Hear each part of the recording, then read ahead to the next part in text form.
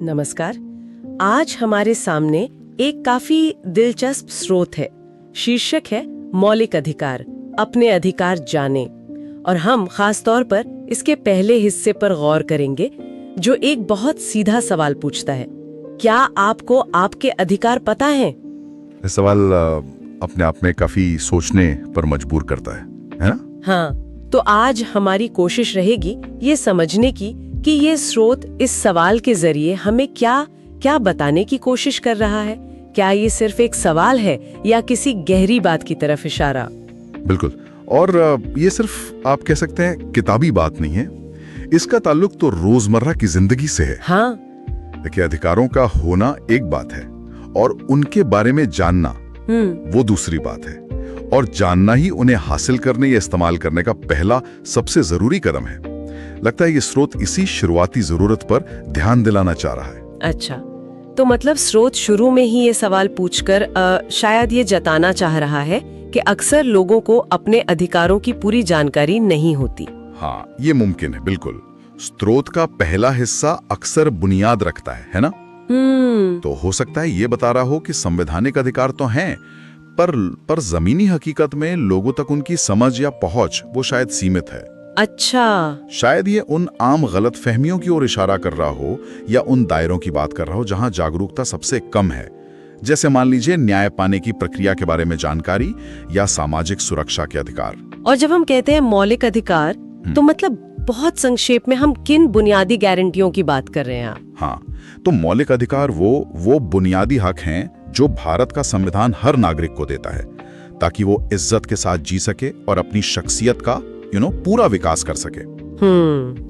इसमें जैसे बराबरी का अधिकार है, बोलने की आजादी है, जीने का अधिकार है, ऐसी कई अहम बातें शामिल हैं। ये वो नींव हैं जिन पर एक नागरिक का सम्मान और उसकी आजादी टिकी होती है एक तरह से। तो जैसा आप कह रहे थे, स्रोत का जोर सिर्फ ये जानने पर नहीं है कि अधिकार हैं, बल्कि इस पर है कि व्यक्ति उन्हें जानता है या नहीं। तो ये जानने का मतलब ये सिर्फ नाम रट लेना तो नहीं होगा? बिल्कुल सही पकड़ा आपने, बिल्कुल नहीं। जानने का मतलब शायद यहाँ काफी गहरा है। सिर्फ ये जानना काफी नहीं कि हाँ, समानता का अधिकार है।